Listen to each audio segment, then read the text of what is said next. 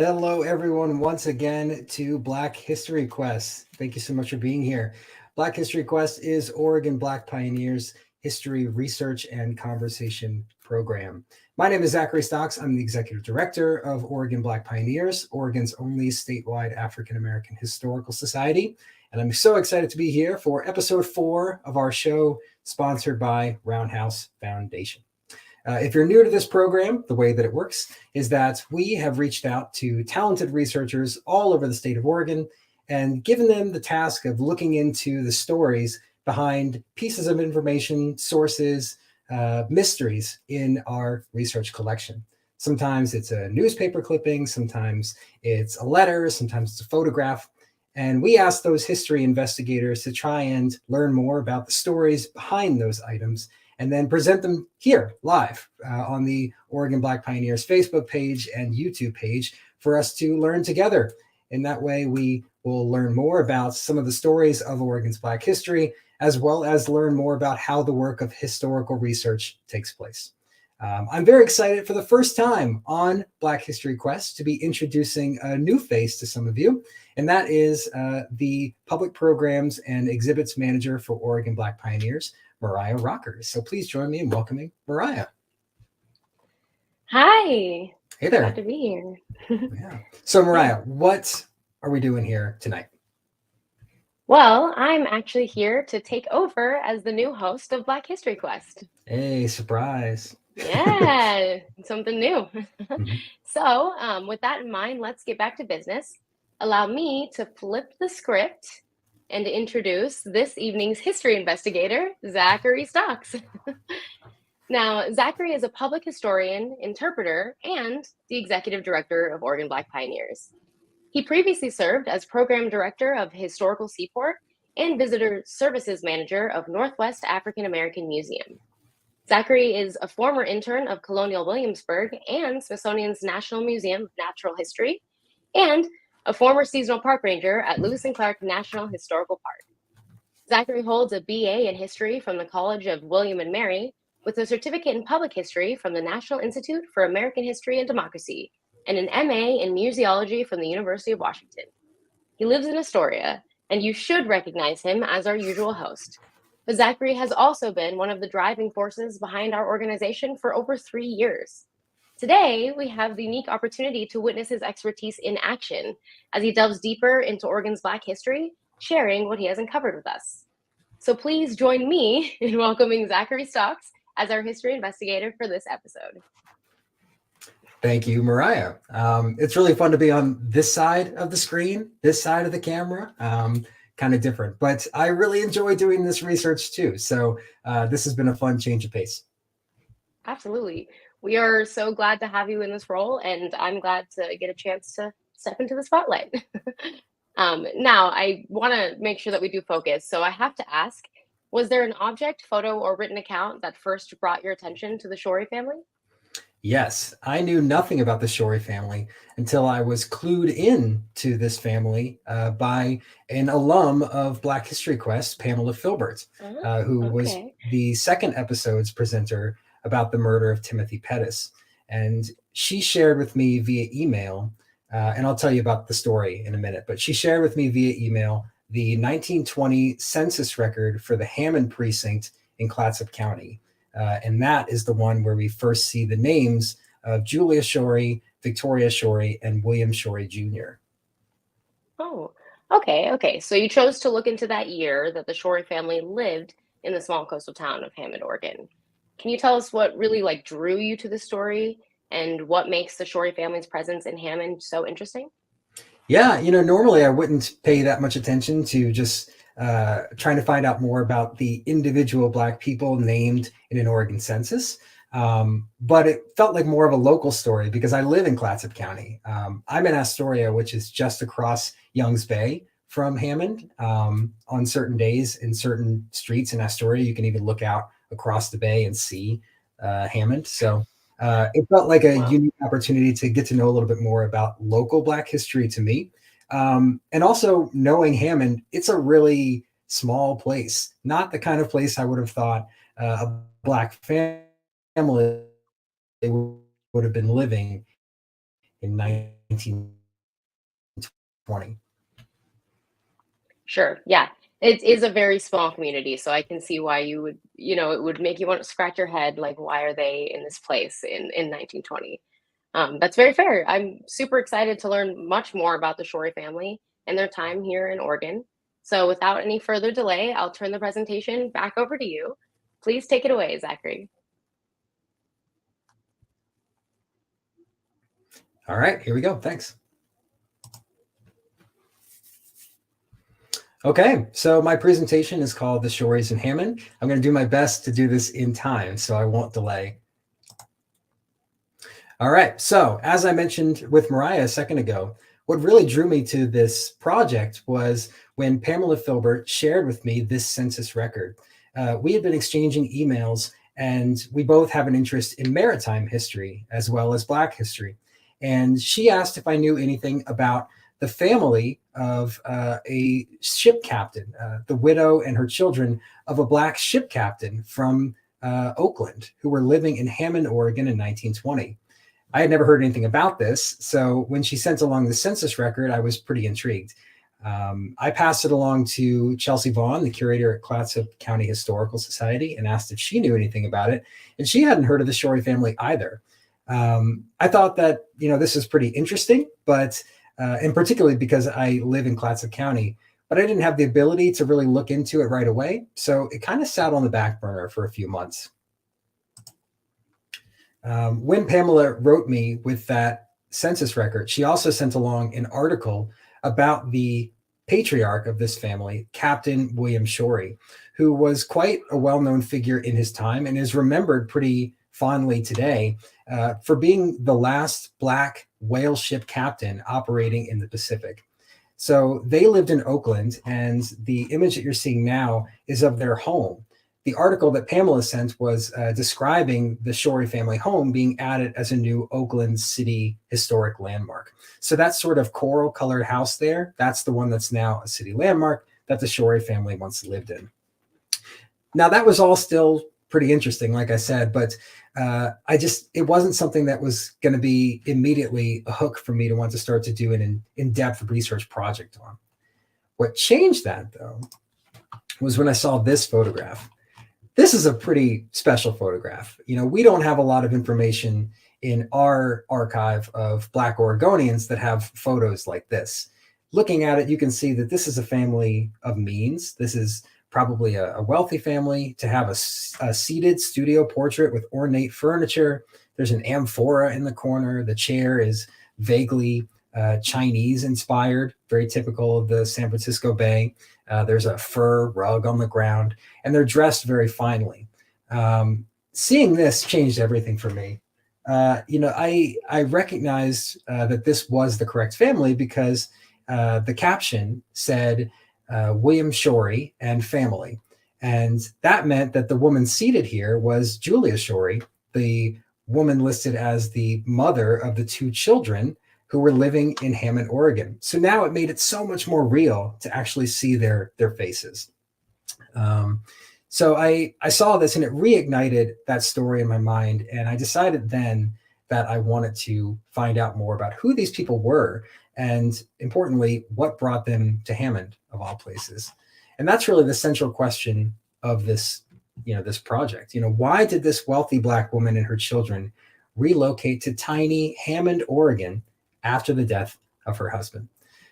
So to answer this first question, I'd like to first tell you a little bit more about who the Shorey family was.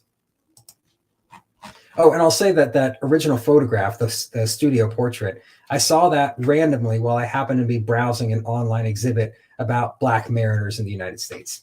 So there you go. So I started looking for more information about the Shorey family, and probably the best resource that I came across was this really cool book called Negro Trailblazers of California by Delilah Beasley. I think you can find the full text of this book online for free. So if you're interested, check it out. It's kind of like a who's who of Black Californians in the 1910s. There was a lot of information about the Shorey family, all the members of the Shorey family listed in this book. And it was a really cool way to sort of learn more about the different social circles that they were a part of throughout the 1910s. But the book was written in 1919, which is before the 1920 census. And so it didn't offer any clues about why they were living in Hammond, Oregon. So then I turned to the newspaper sources. I used reverse image search first on that photo to come up with this article from the National Park Service that you see on the far right. That came from the San Francisco Maritime National Historical Park. And it's an article about Julia Shorey. So that continued a lot of the things that I had learned from the Beasley article, the Beasley book, rather. And I learned all about the different social philanthropic organizations that Julia was a part of. When it comes to the other members of the family, the immediate newspaper hits were all related to Captain William Shorey. That's probably not surprising considering that today he's remembered as a pretty landmark figure in California's Black history. I mentioned that he was a whale ship captain, and he was the last Black whale ship captain on the Pacific. So there's quite a bit that's been written about him after his death, particularly post-civil rights movement, when trying to identify who were the great civic figures of California's Black history. None of these sources, though, said anything about the family's time in Oregon. It was almost like it hadn't actually happened, if not for the census record that proved that they were there. So now I want to tell you a little bit more about the members of this family. Let's introduce them. And I'm going to start from the top left and work my way around. So William Shorey. William Shorey was born in Barbados in 1859. His father was a white man from Scotland, also named William Shorey. So that means that our William Shorey was technically William Shorey Jr., and that means that his son, William Shorey Jr., was actually William Shorey III, whatever. Anyway, so this William Shorey, the white William Shorey, he had immigrated to Barbados to become a sugar planter and married a Creole woman there named Rose Fraser. They had a child together, and that was this guy that you see in the upper left. As a teenager, the young William Shorey entered into the maritime trade by joining a vessel bound for Boston. He became a student of Captain Whipple Leach of Provincetown, who taught him navigation. And William joined his first whale ship crew in 1876, serving as the helmsman, the person at the wheel, on a journey to the North Atlantic. Shorey came west during a 3-year voyage aboard the whale ship Emma Harriman. And when that ship was sold in San Francisco, Shorey remained on the ship to work for the vessel's new owner, now on the Pacific side. He rose to the ranks on the Harriman and eventually became second officer, and then first officer, and eventually the ship's master in 1886. Between 1886 and his retirement in 1909, William Shorey was the master of the whale ships Emma Harriman, the Andrew Hicks, twice on 2 separate occasions, Gayhead, and John Winthrop. The majority of his crew, and especially the officer corps, would have been all white for each of these ships, making Shorey a rare Black man in charge of white men in the in the 19th century. After retiring from the trade, Shorey was appointed as a special police officer for the Pacific Coast Steamship Company. He would hold that job from 1912 until his death in 1919. Now let's look at his wife, Julia Shorey. She was born Julia Shelton in San Francisco in 1865. Her father, Frank Shelton, was one of the founders of the first Black Baptist churches in California and was among the members of California's Black elite. The family lived in San Francisco's Telegraph Hill neighborhood. She attended a private boarding school in San Jose, where she studied English, music, and French embroidery, and then returned to San Francisco after completing her education and worked for a time as an embroiderer for a local retailer. That would be the only paid employment that she would ever have. In 1886, Julia and Captain William were married in San Francisco, and then she immediately joined him on his next whaling journey to Hawaii. After a few days together in Oahu, Julia boarded a ship bound for the return to California, while William continued on the whale ship expedition. It would be a year before they saw each other again. So just imagine that. Julia Shorey occupied her time with philanthropic causes and social clubs. She was a founder and president of the Home for the Aged and Infirmed Colored People of Oakland and the Narrowsboro Circle, among others. Now let's take a look at their children. Moving from left to right, William and Julie had 5 children together, 3 of whom survived into adulthood. Their eldest child was their daughter Zenobia, born in 1888. She's the one seen in that family portrait on the far left, the older child in the white dress. Sadly, Zenobia contracted tuberculosis while on a sailing trip with her father and died after returning home in 1908 at the age of 20. Their next surviving child was their daughter Victoria, born in 1898. She was the baby in that studio portrait. She is central to the story that we'll be telling later, but by 1919, she was already well known among the Bay Area's Black community. She excelled in academics and athletics as well at Oakland Polytechnic High School, where she graduated in 1917. She was the only Black member of the school's girls basketball team and was especially gifted at typing. While in school, Victoria won a typing competition sponsored by Remington Typewriters and later won a different contest put on by Underwood Typewriters. The Shoreys' last child was their son, William Jr. Very little is known about William. There's no known photos of him that I found, but he did live to age 67. He registered for selective service during World War II, but he was too old to serve. It appears he was married, but the marriage must not have lasted. I haven't found any record of children. And his headstone, as you can see here, was placed by his sister, Victoria. So they seem to have been a pretty typical family, although as typical as one can be for being a wealthy Black family in Oakland at this time. Within their own circles, they were certainly quite prominent. But everything changed for them on April 15th, 1919, when Captain Shorey died suddenly of influenza. The article on the left here, as one of 2 obituaries I found, it incorrectly says he was born in India. That, of course, should be West Indies, because that's where Barbados is. The articles recap some of his achievements and affiliations. And importantly for us, they revealed details about clues that could help us with their uncovering the story about Hammond. First, we see that William, quote, died at the family home, end quote. We can then be certain that William did not come to Oregon with his wife and children and then die there or while at sea. And second, we see from the article on the right that his body was shown at home and that there was a funeral, which leads me to believe that his widow, would have been living in California through at least the end of April 1919. So let's take another look at that census record. This was collected on January 8th, 1920. So that means the Shorey family would have relocated to Hammond at some point in the 10 months between William's death and this census record being collected. And the relocation was not permanent because by the 1930 census, Julia, Victoria, and William Jr. were all back in Oakland in the same neighborhood where they had resided in 1910. So what gives? Why would they have come here? Why would they have left behind their home and their community to go to Hammond, Oregon, of all places, within a year of the death of the family's famous patriarch? I thought that maybe a good way for me to start to try to answer that question would be to look into the history of Hammond itself. But that was pretty difficult, actually. Very little has ever been written in a scholarly way about the town of Hammond during this time. And I struggled even to find any historic photographs of Hammond. The origins of a non-native town here date back to the late 19th century. Astorians firmly believed that their city would one day rival San Francisco as the greatest commercial shipping port on the West Coast.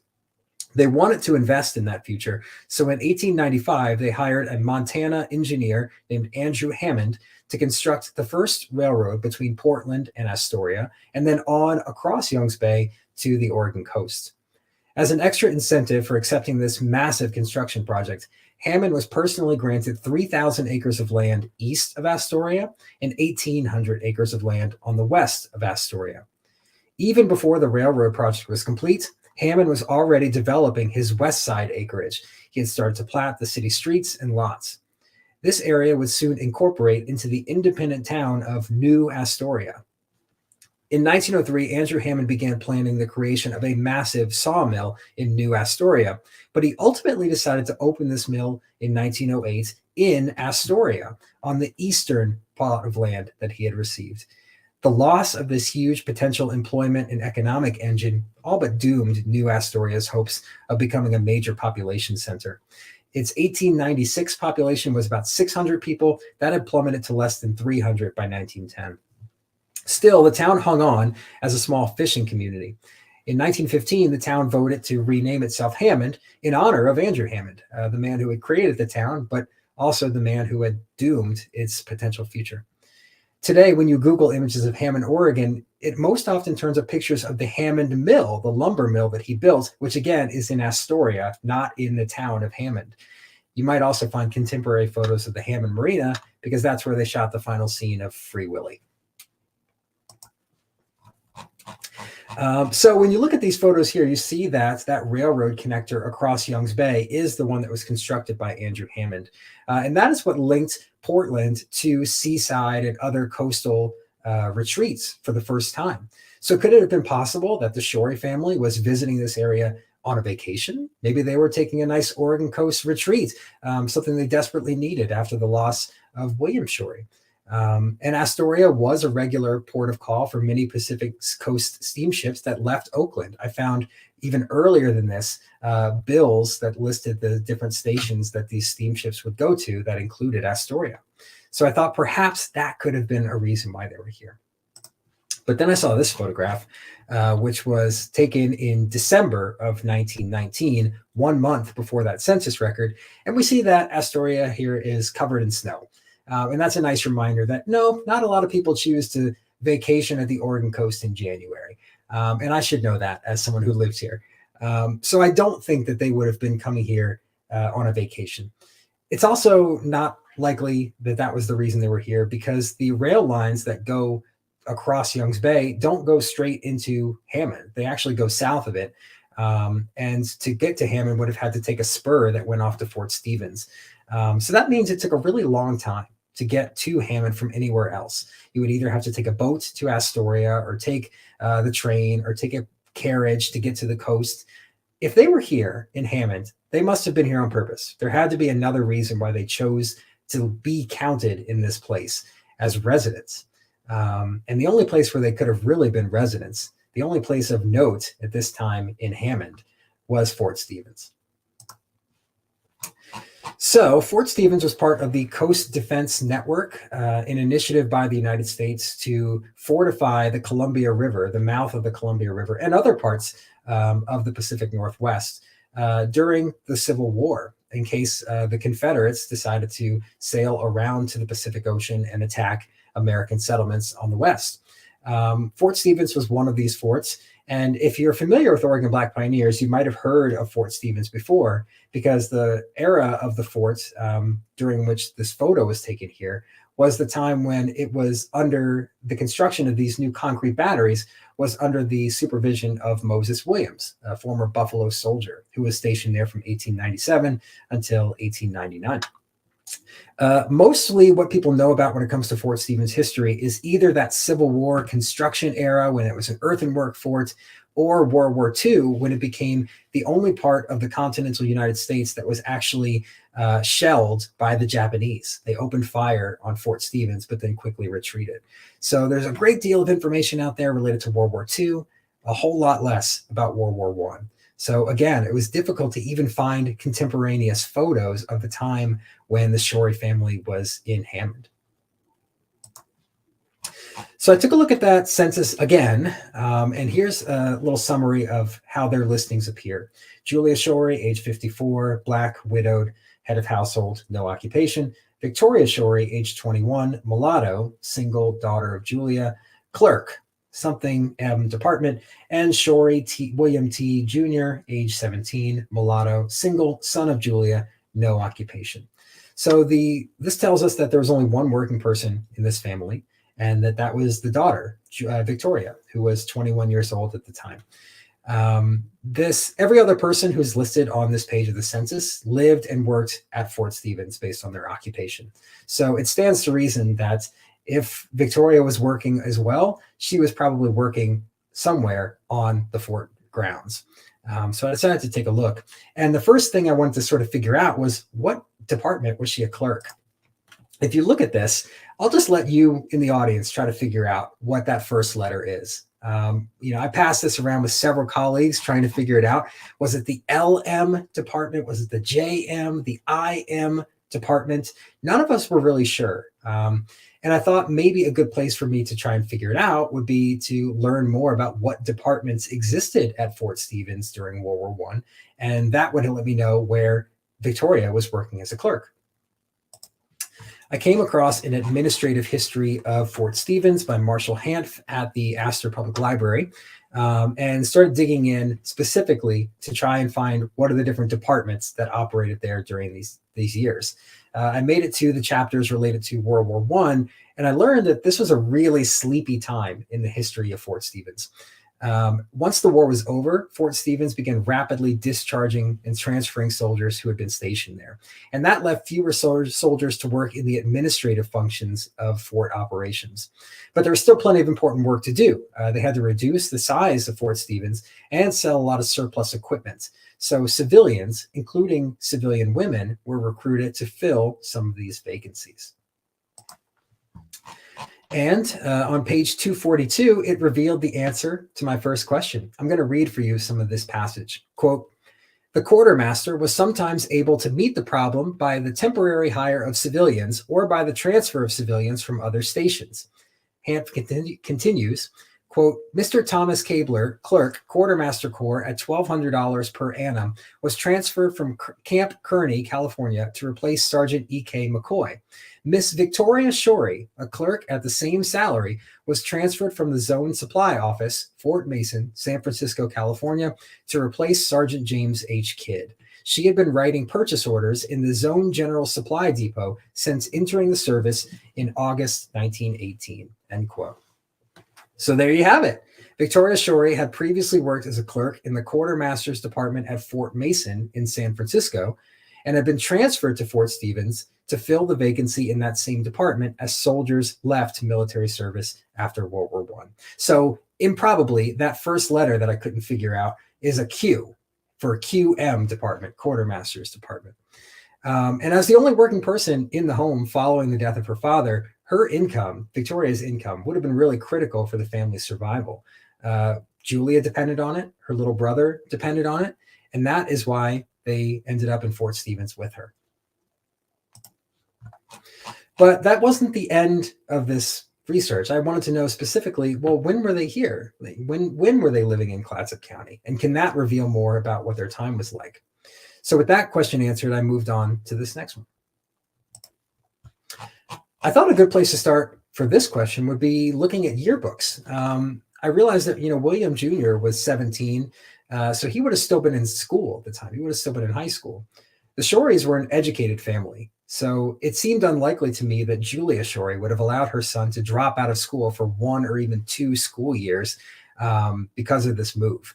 So I looked through the full yearbooks and student directories for Astoria and Warrenton schools from 1919 to 1921, and nowhere did I find William Shorey. Not a picture, not a name. I considered the possibility also that he might have enlisted while they were at Fort Stevens, considering that he probably turned 18 while he was there, and there were probably plenty of 18-year-olds who were working around him every single day. And if that call to service was strong enough, perhaps he decided then and there to become a member of the armed services. But I didn't find any documents to support that. So I went back to the Hanff book and tried to look to see if Fort Stevens had a school. I went and visited the Fort Stevens State Park Military Museum, and I'll talk more about that trip later. But while I was there, they told me that there was no school at Fort Stevens. And I found that odd and a little hard to believe. So I looked through this book to see if there would be any mentions of it, but there was no mention of schools at Fort Stevens in this book. But I did take another look at chapter 19 and the notes, which I had overlooked the first time. And that had some really interesting things to say. When you look at the notes for chapter 19, it says the following. On 29 June 1918, there were 21 civilian employees in the U.S. Harbor Boat Service at the defenses and 26 civilians doing general quartermaster work, including the 6 permanent employees. That footnote is the one that comes right after the passage talking about people like Victoria who had been transferred from other stations or hired as civilians to work as clerks in the quartermaster division. And when I counted all the other names in that passage, it added up to 6. So that means that Victoria must have been one of these permanent employees that was recruited. And if that's true, then that means that she could have been living at Fort Stevens as early as June 1918, which is even before the death of her father. I reviewed the language from that page again to make sure I wasn't just making a mistake, and it is kind of vague about when she transferred from Fort Mason to Fort Stevens.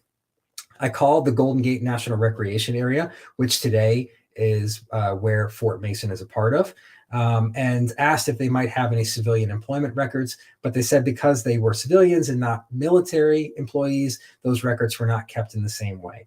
That might be something for future research if we wanted to really pinpoint the date of that transfer.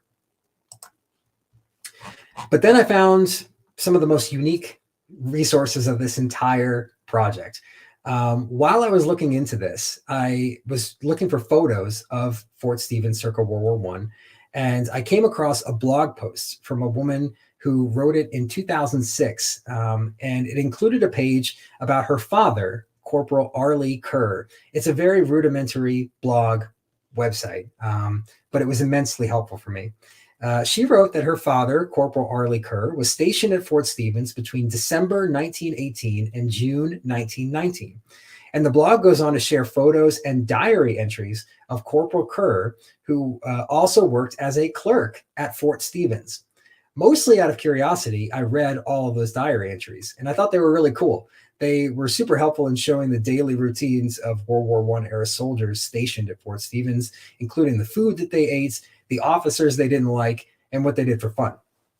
Corporal Kerr here spent a lot of his free time at the YMCA, which is the building pictured here. There was one on Fort Stevens, and there was also a YMCA in Astoria, which he said that he visited occasionally. I also saw references to night classes, which hinted to me that there might have been some sort of schooling opportunities for William Jr. to continue his education while at Fort Stevens. But then I saw the smoking gun, and I'm just going to read this for you. February 26th, Wednesday, no school tonight. I went to town, borrowed 50 cents from Vi to take her to the show. I was broke, had 70 cents to go and get back 30 cents each way. Y'all, when I saw that diary entry, I about died. I couldn't believe it that on this random blog from 2006, that this guy back in 1919 had written this diary entry. So I thought, what are the chances that this Vi is our Victoria? And I tried to do the deductive reasoning about this. What are the chances that there was another single civilian woman who was the right age to go out socially with a young soldier who would have seen him daily in their joint duties as clerks, and whose first name also started with the letters VI? I just don't think that there's more than one. I think that this is her. I think that this is Victoria Shorey. And that raises all sorts of fascinating questions about Astorians' openness to see a Black woman and a white man out together, even if they were just friends. So with that in mind, I want to consider the possibility that Victoria Shorey had already been transferred to Fort Stevens from Fort Mason by June 1918, before her father had died. And if that's true, then that means she probably learned about the death of her father via letter, or maybe a telegram. Maybe something that had been sent on a steamship from Oakland that arrived around May 1st, 1919, from her mother, telling her that her father had died and that now she and her brother had no income. Maybe Victoria considered right then and there leaving the army to go find a job back in California. But ultimately, Victoria must have done some sort of petitioning to request that her widowed mother and 17-year-old brother be allowed to reside with her on base. I really wish that I knew more about this part of the story, but I really think that it can only be told in the personal letters that they would have sent each other in those few weeks in 1919. But nonetheless, that's exactly what happened. They came. But they also left. I found this 1921 city directory from Oakland, and in it, very clearly in the upper right, you'll see that it has the names of all three Shorey family members. They were living back in Oakland by 1921. It says they were living at 693 35th Street. That's that sort of greenish colored house in the middle of the photo below. That's a different home than the one that they owned, that they lived in with William Shorey Sr. And that implies to me that after Capt and Shorey died, they sold their home in spring of 1919. Maybe that meant that they didn't think that they would ever come back. I don't know. After returning to town, though, Victoria had taken a job as a stenographer, and William had begun working in the shipyards, doing some sort of labor. And then I want to give thanks to Clatsop County Historical Society's curator, Chelsea Vaughn, who helped me narrow this timeline down even further. She found this news from December 1920, and in it, we can see that the Shorey women were back in their normal social circles by Christmas time. To the best of my knowledge, then, Julia and William lived in Hammond no less than 9 months and perhaps as many as 19 months. Victoria, meanwhile, either lived in Hammond completely contemporaneously with her mother and brother, but may have come much earlier. That would mean that she might have lived in Hammond for as many as 2 years and 4 months. So the last part of this that I really wanted to figure out is what would their life have been like when they were here? I'm sorry, I have more of this. Where would they have lived? So the census showed them as renters in a dwelling that was enumerated separately from others on the page. So it's possible that they had their own home, but every other person was enumerated the same way on that page. So I have to think that they were living somewhere on the base. The only clue that I had, or a guess, was that perhaps they were living with Victoria's boss, whoever was the lead of the quartermasters, because there was a separate quartermaster's barracks. This is a picture of that barracks that I found in one of those Images of America books about Fort Stevens. So I thought, well, maybe there's a chance that there was a spare room in this building and they would have shared it together here. So I sort of went forward with that as a potential and decided to go to Fort Stevens to see if I could get more information. Now, I'm a local, so I've been here many, many times, and I knew that this big entryway into the historic Fort Stevens area is totally empty. This is where there were huge barracks buildings for all the soldiers, but those were torn down after World War II. There's hardly any remnants of the historic area still remaining besides the concrete batteries that ghost hunters like to go to now. So I did not have high hopes, but I did head to the military museum that is at Fort Stevens State Park. And while looking around through there, I found this aerial photo, which I had never seen before. And it was interesting to see that the part of the park that I'm so familiar with is actually just a fraction of the historical area of Fort Stevens. So on that image on the left, that shows you the entirety of it. And you can see on the far right of that picture, the very distinctive earthenwork fort. The part that you visit today as a visitor of Fort Stevens State Park is close to that. It's the area where there's a lined tree path there. But everything that you see in the photo on the right, that's all where the officers lived. And that's the part that's on the far left of the campus. I had never been over there before. And I realized that because that area is not part of Fort Stevens State Park today. All of that today is a part of the town of Hammond. It's a completely separate area that was once part of the historical Fort Stevens Military Reservation, but today is not part of Fort Stevens State Park. I had no idea and was kind of shocked to learn that there was a part of Fort Stevens I had never been to. So I decided maybe I need to go to that part to see if I can find any World War I era buildings still standing. So I moved my car as close as I could and past a perimeter fence that you can almost imagine where it is, where you see how it goes from city streets to green space suddenly like that. And then I walked into the town of Hammond looking for those historical structures. And I found them. There was plenty, actually, to see. This is the most prominent building there, and that's the old guardhouse. If you got in trouble at Fort Stevens during World War I, this is where they would throw you in jail. And then I went to the officers' quarters. There's a whole green space there that is full of the exact homes that the officers of Fort Stevens Military Reservation once lived in. You can tell they're the same homes because of those distinctive double roof patterns that you see there. And in the eave, the window has a really distinctive shape as well that you can even make out in the historical photo there. And it's also very common for other Coast Defense Network forts of this time. So if you've been to Fort Worden and Port Townsend, or if you've been to, I don't remember what it's called, the one that's on Whidbey Island up in Washington, or even Fort Columbia, just on the other side of the Columbia River, they all have homes that look identical to this. And then I found the quartermaster's building. There it was. And it really hasn't changed that much in 100 years. It looks a lot like it did in the picture. If you saw where I was standing when I took the photo, you'd even see the fire hydrant that's still there. It was pretty eerie to be there. While I popped in, there was a couple people outside grilling, and I asked them if it was all right if I would take a picture of their house. And they said, "Oh yeah, it's cool. We're just renters, but the homeowner, he's here if you want to knock on the door and ask him some questions." So yeah, I'm going to knock on the door and ask him some questions. So I did that. And I was pretty surprised to find that it was a young guy who looked like he was in his early 20s who owns this house, apparently. His name is Aiden. I didn't catch his last name, but he was a super helpful guy, really friendly. And he knew a lot about the history of his house and the history of Fort Stevens. And he's a part of a group that tries to preserve the history of Fort Stevens on Facebook. And he connected me to a Facebook buddy of his named Aaron Buddha, who is a Coast Defense Network historian. Aaron and I connected via email, and Aaron sent me this map image of Fort Stevens that I'd never seen before from the World War I era. As you can see here, it shows you just how big the campus actually was and how the part of the fort that you visit today with the concrete batteries, all of that is in the northern part of this picture, if you want to think of it as north. But everything that's down toward the center of the page is where I was standing at that time. It also had these great details that show you specific buildings at Fort Stevens, including the quartermaster's buildings. So if you take a look at these here, the red building is the quartermaster's office. That's where Victoria would have worked every day.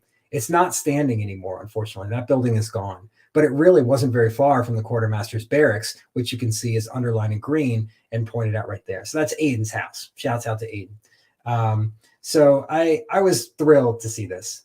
There's also a storehouse that she probably had to go to quite often to keep track of inventory. I'll admit, I don't really know much about what quartermasters do, quartermaster clerks do, but this was the part of the campus that she knew. This is where Victoria worked on a day-to-day basis.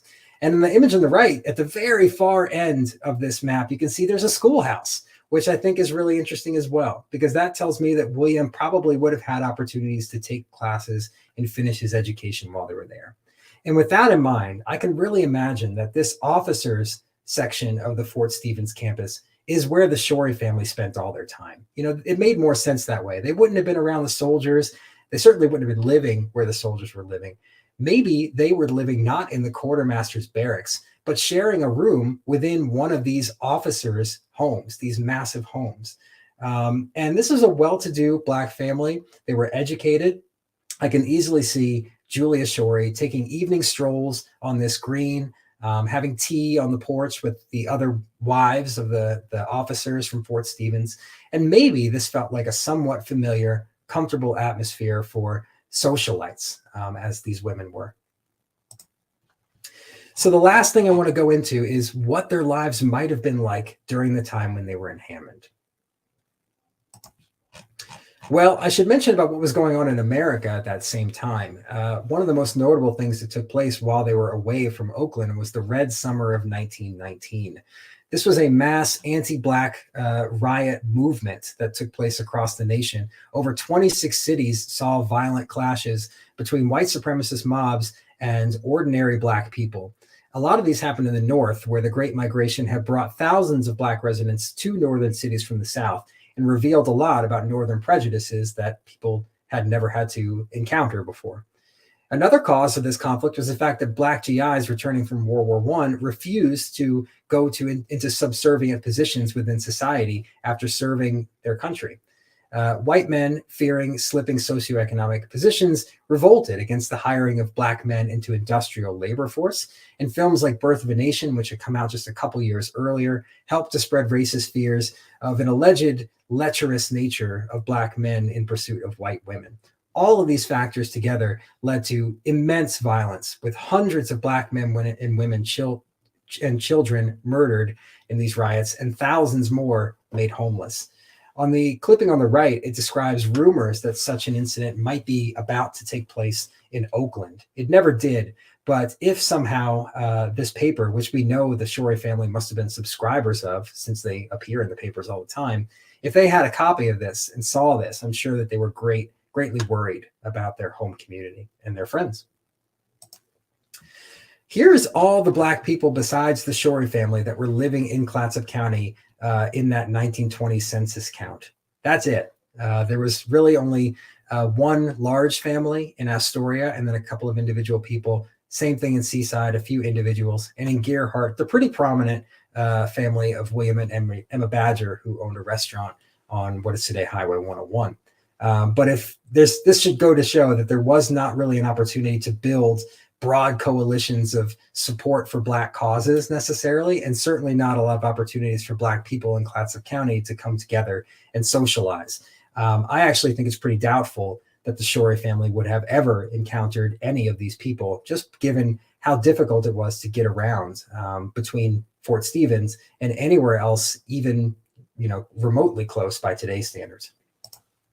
But they did likely go into Astoria on weekends, days off, holidays. And so this is a photo from, I think these are from 1920 from Commercial Street, two views of town.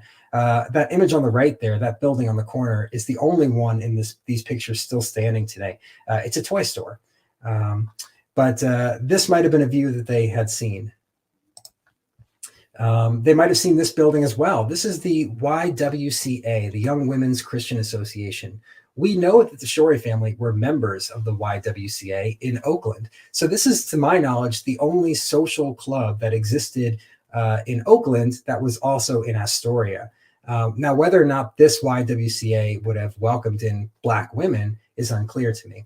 But there's a chance that this is a building that they would have visited several times. The image in the center is a newspaper clipping that talks about a pageant that was held outdoors in Astoria, where they had a presentation of A Midsummer Night's Dream.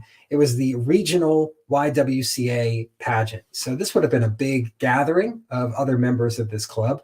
I'm inclined to believe that on this nice summer night, the Shorey family came to see this presentation outdoors in Astoria. And on the right is a clipping that talks about the creation of the colored YWCA in Portland, which happened during the time the Shoreys were living at Fort Stevens.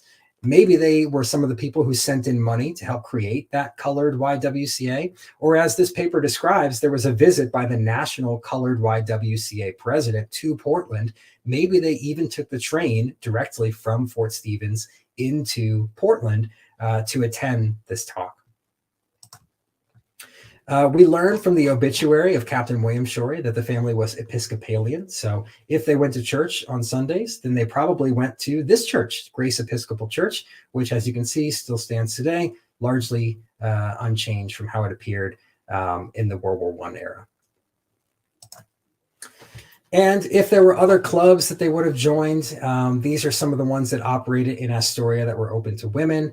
And if they came into town for entertainment, maybe to go out with Arlie Kerr, right? Then they probably were going to the YMCA, which is the building on the right here, this large building on the corner. That's the YMCA building. This is the same one that was standing during the time when the Shorey family was living in the area. And immediately across the street, on that corner, there once was a theater, the Astoria Theater. So maybe this is where they went into town in that diary entry that we learned about. And I also want to talk about the things that they missed. Some of the most destabilizing things in Astoria's history happened immediately after the Shorey family left town.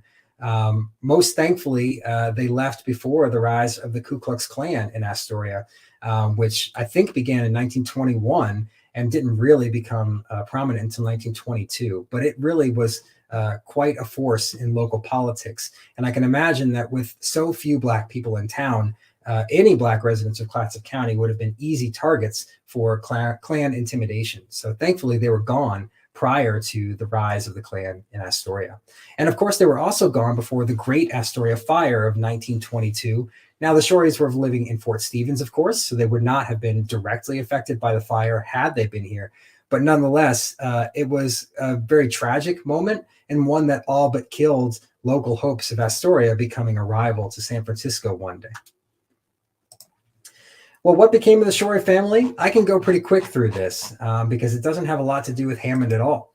By all accounts, their time in Oregon was less than a footnote in their life story. It never appears in any sources I've ever found. They appear a lot in newspaper clippings in the years after they returned to the Bay Area. And of course, there was biographies, newspaper accounts, obituaries about them. None of them mentioned that they had ever moved to Oregon. From what we do see in the newspapers, we see that the Shoreys in the 1920s continued to be prominent members of Oakland's Black upper class. Victoria excelled at sports, in now moving to tennis rather than basketball. But she was an intelligent young woman that was shown off as an elite sort of debutante figure. Oops, I got to go back one slide. Oh, I'll just continue. It's fine. We know that she did marry in 1930. Victoria married a man named Leo LaBeouf, but they had no children. LaBeouf's death date is somewhat unclear, but by 1948, Victoria had married again, this time to a man named Willie Francis, with whom she had a daughter named Michelle. Victoria continued to live with her mother until Julia Shorey died in Oakland in 1944. William Jr. lived until the age of 67, passing away in 1969, and Victoria died in 1971 at the age of 72.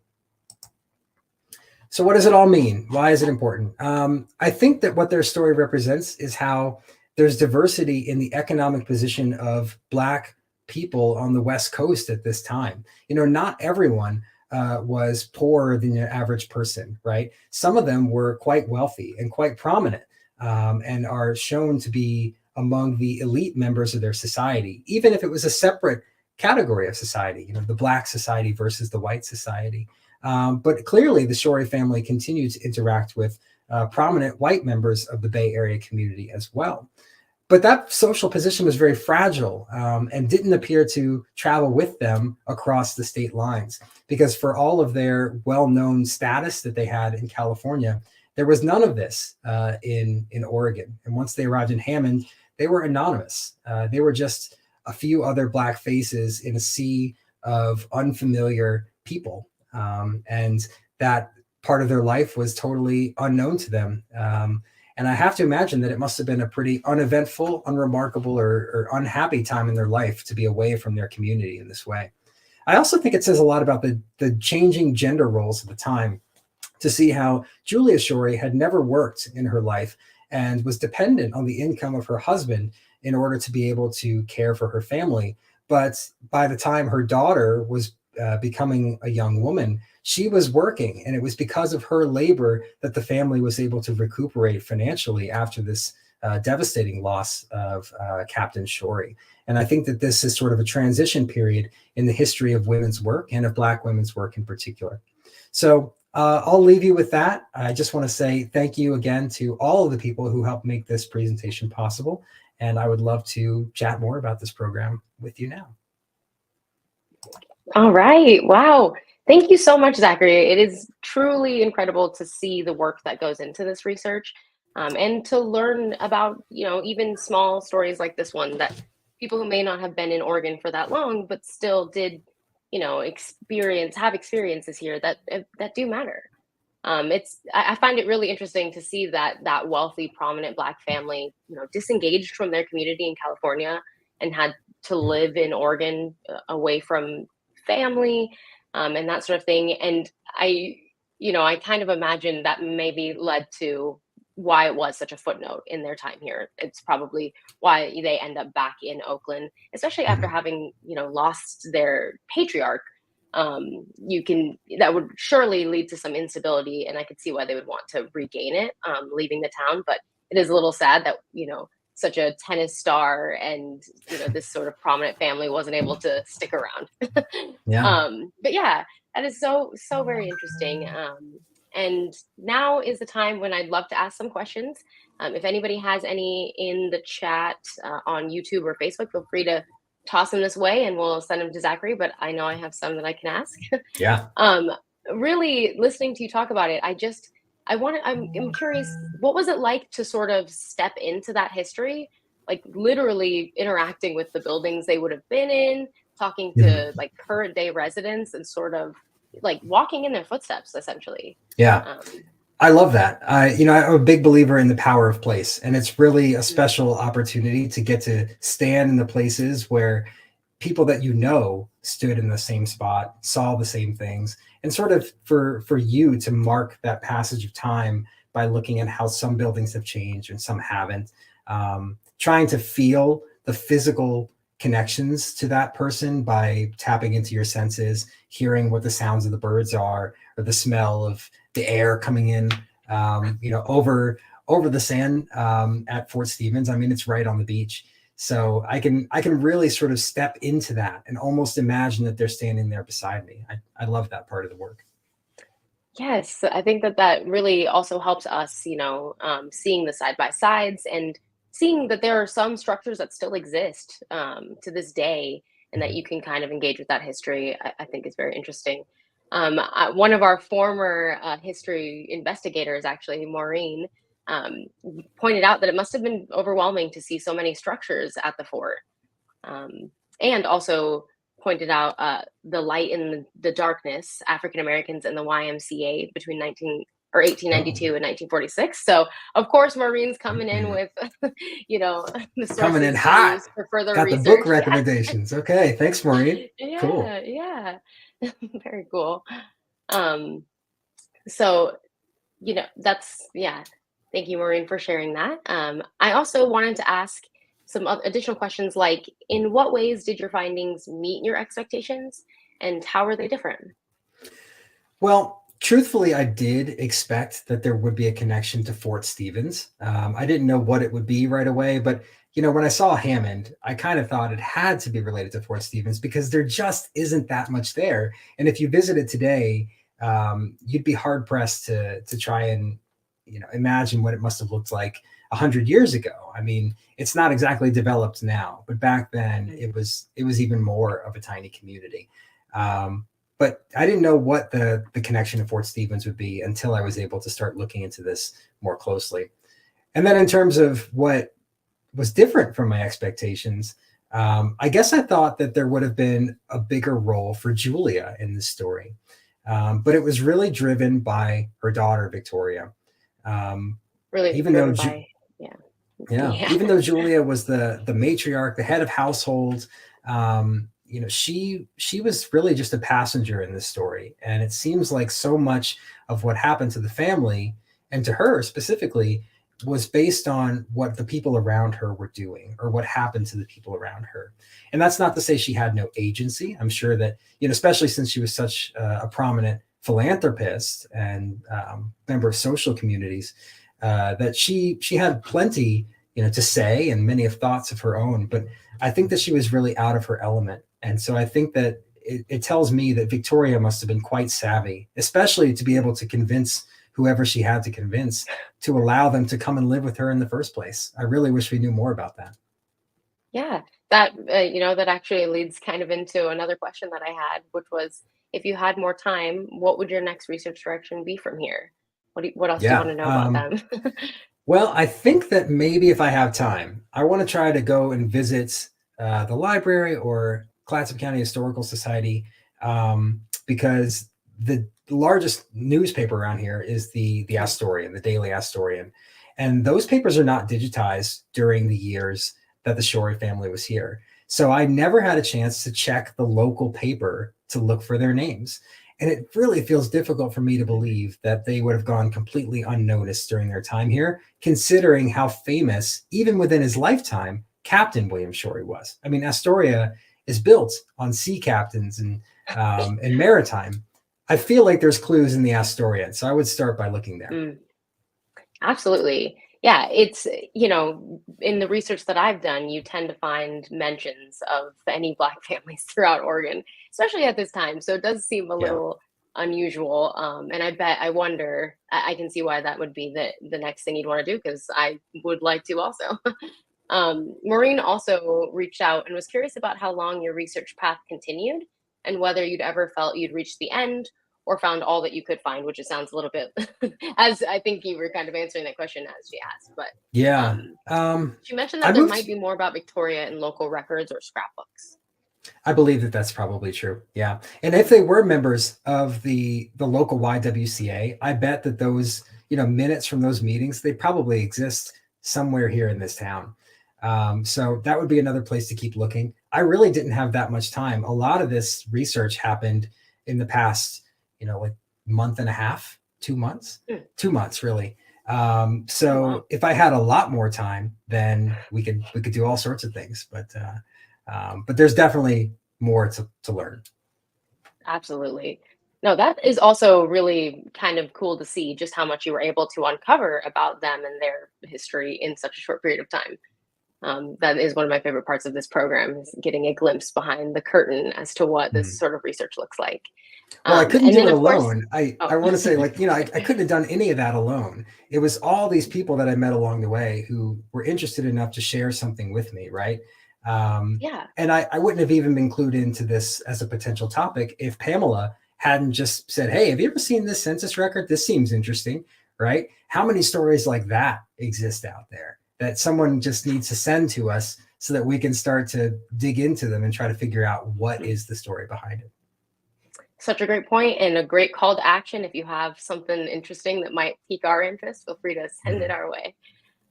But I do have to ask the question that we ask everyone here for Black History Quest, which is how has what you uncovered changed our understanding of local history?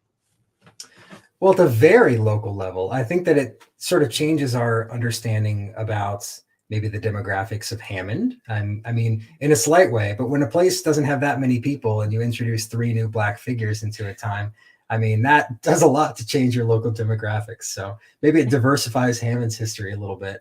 Oh, When nice. it comes to state history, I don't think that it changes much, but I think that it affirms a lot about what we already know about the fact that Black people were in transition, they were in flux, moving a lot from place to place, and very subject to the opportunities that present themselves. And I think that that's just part of what the African American experience in Oregon has been. Yeah. Absolutely. Very, very well said. And it sounds like from the enthusiasm in the comments and from the enthusiasm just, here between us, you might have to do a part two. Oh Just well, throwing that out there. we'll see. I'll be the foremost But yeah, expert in it the has, Shorey family. I think we could find out more. But yeah, it has been just so wonderful to get to learn from you this evening, Zachary. To get to see this other side of things is definitely very cool for all of us. And yeah, we just thank you so much for being our history investigator this time and sharing your incredible research with us. We appreciate seeing you in action. Yeah, thank you. It was a lot of fun to be on this side for once. So have a great night, everyone. I'll disappear. Yeah, thank you. See you on Monday, Zachary. So that will do it for this episode of Black History Quest. As always, we want to thank the Roundhouse Foundation for sponsoring our show. Learn more about them and the amazing projects that they support at roundhousefoundation.org. I do have to say that Oregon Black Pioneers depends on the support of ordinary people who believe in sharing the stories of Oregon's Black history. If you enjoyed this show and would like to support it and others like it, please consider a donation to Oregon Black Pioneers using the link in the credits. If you have any questions about this episode or would like to become a history investigator yourself, please send an email to hello@oregonblackpioneers.org. And also feel free to send any cool info you have about Black Oregonians to us or at hello@oregonblackpioneers.org. And thank you all so much for joining us tonight, for following along to hear this story, and just for learning about a few people who may have spent a little bit of time here in Oregon. Stay tuned for the next episode of Black History Quest in 2024, where, as always, we'll try to answer the question, how can one source change history?